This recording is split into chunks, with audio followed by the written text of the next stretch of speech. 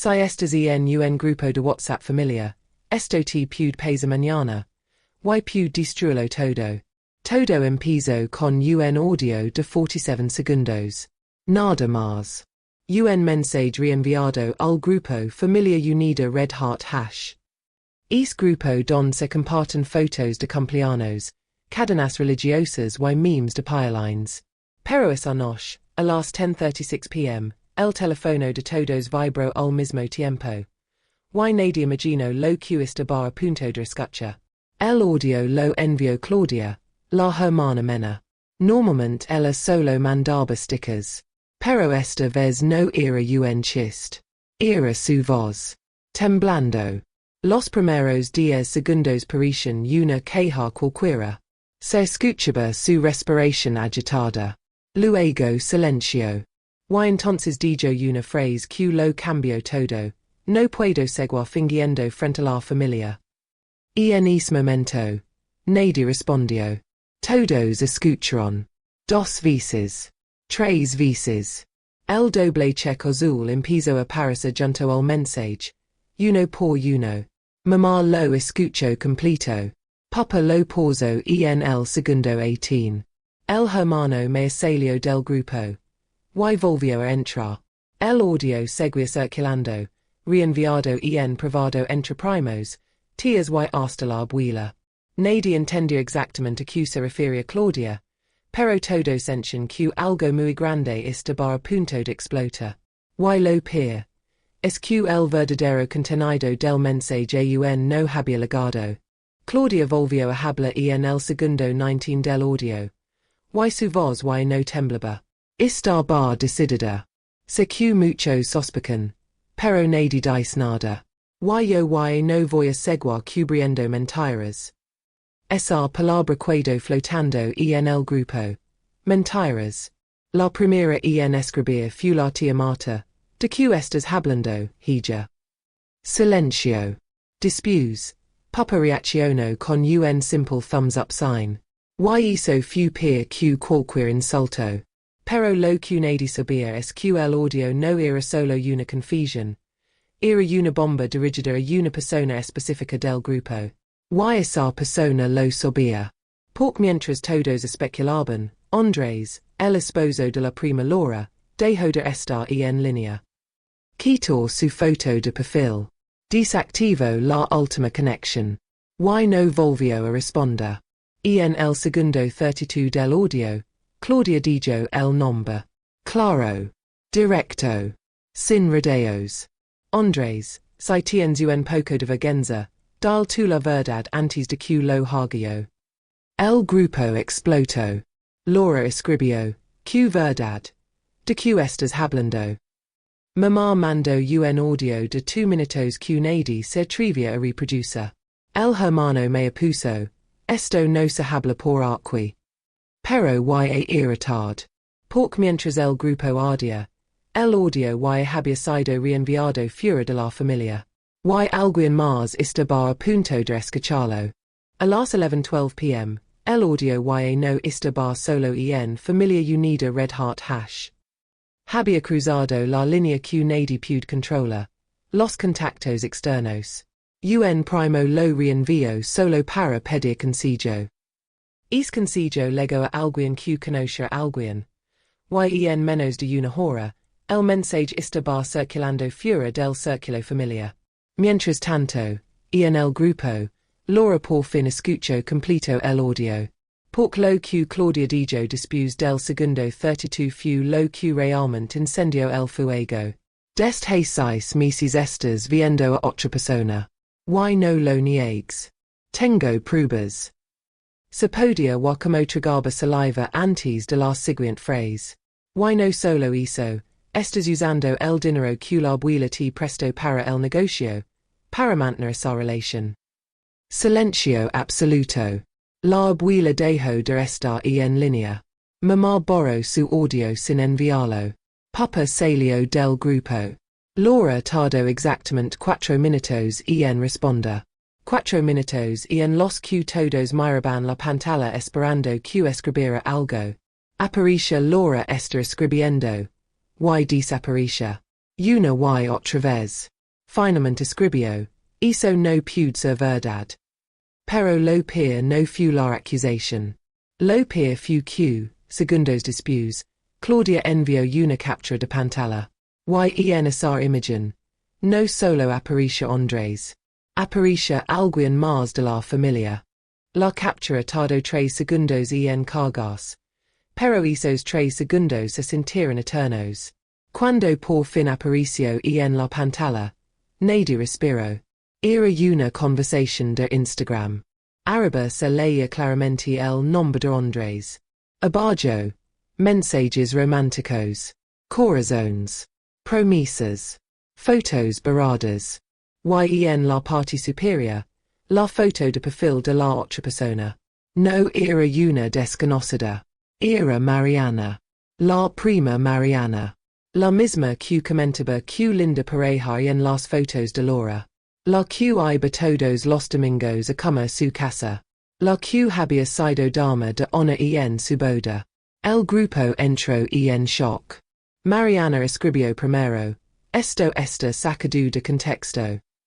Claudia respondió de inmediato, que parte esta fuera de contexto. El tiempo el nadie sospecha nada. Laura dejó de escribir. Dejó de estar en línea. Su foto de perfil desapareció. La abuela volvió a conectarse. Mandó un único mensaje. Díganme que esto no es verdad. Nadie respondió. Andrés finalmente apareció. No para disculparse. No para explicar. Solo escribió. Claudia, te vas a arrepentir. Fue cuando todo cambió. Porque mensaje no sonaba negación. Sonaba amenaza. Lo que la familia no sabía. Es que Claudia aún guardaba un segundo audio. Uno que no pensaba enviar. Pero después de esa amenaza. Estaba a punto de hacerlo. El grupo estaba en silencio. Pero no era un silencio tranquilo. Era el tipo de silencio que precede una explosión. Claudia miraba la pantalla. Tenía el segundo audio listo desde hace semanas. Lo había grabado el día que descubrió todo. El día que confirmó que no era un simple rumor, sino una traición doble. Andrés volvió a escribir. Si mandas algo más, atente a las consecuencias.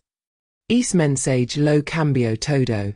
Porque no se trataba solo de Laura. Ni de Mariana. Ni siquiera del dinero de la abuela. Se trataba de Maido. Claudia respondió con un solo texto. Las consecuencias las estás viviendo tú. Sin esperar aprobación de nadie. Envió el segundo audio. Duraba 1 minuto con 12 segundos. Los primeros segundos eran ruido ambiente. Puertas. Pasos. Luego, la voz de Andrés. No en mensajes. No en capturas. En persona. Tranquila. Nadie vía sospechar. Laura confía ciegamente. En la familia nadie se mete. Después se escuchaba la risa de Mariana. Clara. Inconfundible. El grupo explotó en mensajes. Tías enviando signos de interrogación. El hermano me pidiendo que borraran todo. Mamá escribiendo en mayúsculas. La abuela enviando un audio llorando. Pero lo que nadie notó en ese momento. Fue que alguien más había descargado el audio. Esa persona no estaba en el grupo. A las 12:03 am, mientras la familia discutía sin control, el segundo audio había salido del grupo. Lo había descargado Sergio, el exnovio de Mariana. Nadie sabía que él todavía estaba en contacto con un primo lejano. Nadie imaginó que esa conversación privada terminaría convirtiéndose en gasolina. Sergio escuchó el audio completo. Una vez. Dos veces. Cuando reconoció la risa de Mariana, no dudó. Porque él sabía algo que la familia no sabía. Sabía que la relación entre Mariana y Andrés no llevaba 6 meses. Llevaba casi 2 años. 2 años de reuniones familiares. Dos años de cenas de Navidad. Dos años de abrazos, fotos y brindis. Mientras todo el mundo aplaudía una mentira. Sergio no escribió en el grupo. No llamó a nadie. Hizo algo peor. Subió una historia. Fondo negro. Texto blanco. Que faciales habla de valores cuando nadie ha escuchado los audios completos. Y debajo. Un fragmento editado del segundo audio. Solo la parte de la risa. Y la phrase. Laura confía ciegamente. En menos de 20 minutos. La historia tenía más de 200 visualizations. Amigos. Vecinos. Compañeros de trabajo. La familia y no estaba discutiendo en privado. Estaban siendo observados. Y cuando Laura vio esa historia. Dejó de llorar. Y empezó a escribir algo que nadie estaba preparado para leer. Laura volvió al grupo a las 12:41 am. No escribió de inmediato. Primero cambió su foto de perfil.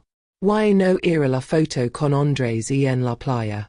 Ahora era una imagen en negro. Después escribió un solo mensaje.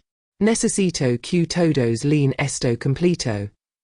El grupo quedó en silencio otra vez. Durante meses me dijeron que yo estaba exagerando.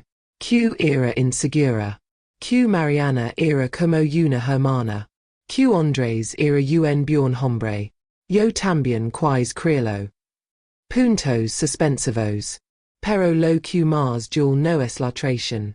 Es que algunos de ustedes y lo sabían.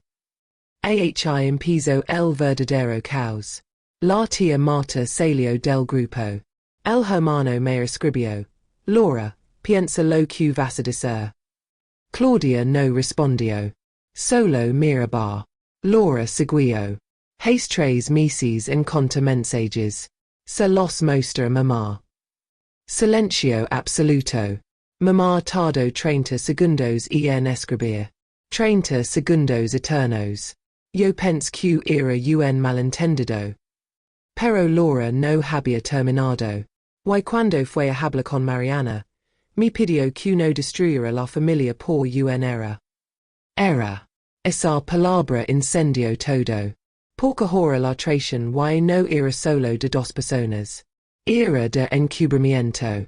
Y entonces Laura escribió la frase que partió al grupo en 2. Si alguien más sabía.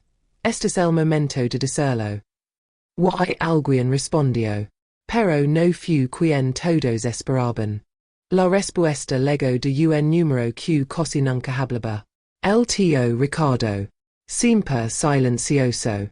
Siempre neutral. El que solo mandaba feliz cumpleaños y cadenas de buenos días. Escribió. Yo sabía. El grupo explotó. Mamá escribió. Como que sabías? Claudia dejó de escribir por primera vez. Mariana puso. Tío, no.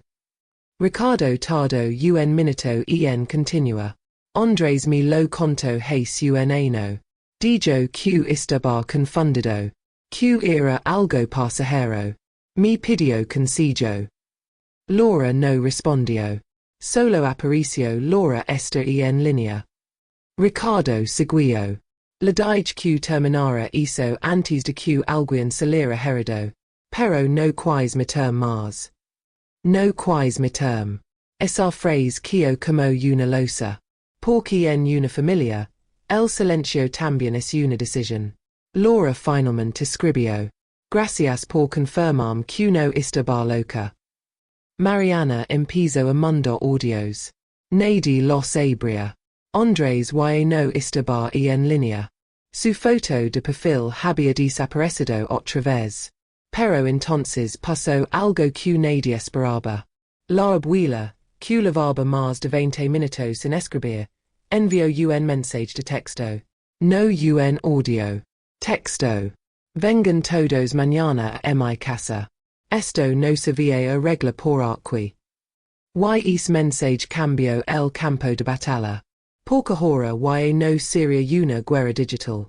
Sería cara a cara. Y alguien no pensaba presentarse. A la mañana siguiente, la casa de la abuela estaba en un silencio incómodo. No era una reunión familiar normal. No había risas. No había café servido con alegría. Solo miradas que evitaban encontrarse. Claudia legó primero. Luego Laura. Mamá no pudo sostener la mirada. El tío Ricardo estaba sentado en la esquina, como si quisiera desaparecer. Pero faltaban dos personas. Mariana. Y Andrés. La abuela miró el reloj. 11:17 a.m. Si no vienen ahora, no vuelven a entrar esta casa. Dijo con una firmeza que nadie la había escuchado antes. En ese momento, el celular de Laura vibró. Un mensaje privado de Mariana. Yo no voy a ir. Esto y se salió de control. Laura no respondió. Pero lo que nadie sabía es que Andrés se estaba cerca. Estaba estacionado a media cuadra. Mirando la casa. Leyendo el grupo. Porque el grupo seguía activo. Alguien había enviado la historia de Sergio. Ahora tenía más de 2.000 visualizations. Y entonces, llegó la notificación que terminó de romper todo. Un nuevo audio. Pero esta vez no lo envió Claudia. Lo envió Mariana. Duraba 23 segundos. Y antes de que alguien pudiera detenerlo, la abuela presionó reproducir en altavoz, frente a todos. El audio empezó con respiración agitada. Luego la voz de Mariana. No todo es como lo están cantando. Algunos bajaron la mirada. Otros levantaron el celular para grabar. Sí, estuve con Andrés. Pero no empezó como dicen. Empezó porque Laura y sabía. Y decidió mirar hacia otro lado. Laura se quedó inmóvil. Mariana continuó. Jesús no él me pidió que hablara con él. Que lo convenciera de no dejarla. Que lo hiciera entrar en razón. Como fuera. Un murmullo recorrió la sala. Y en el preciso, todo se salió de control. Silencio absoluto. Laura negó con la cabeza. Lenta. Despacio. Eso es mentira. Pero Mariana aún no había terminado. Y lo del dinero de la abuela. No lo uso para mí.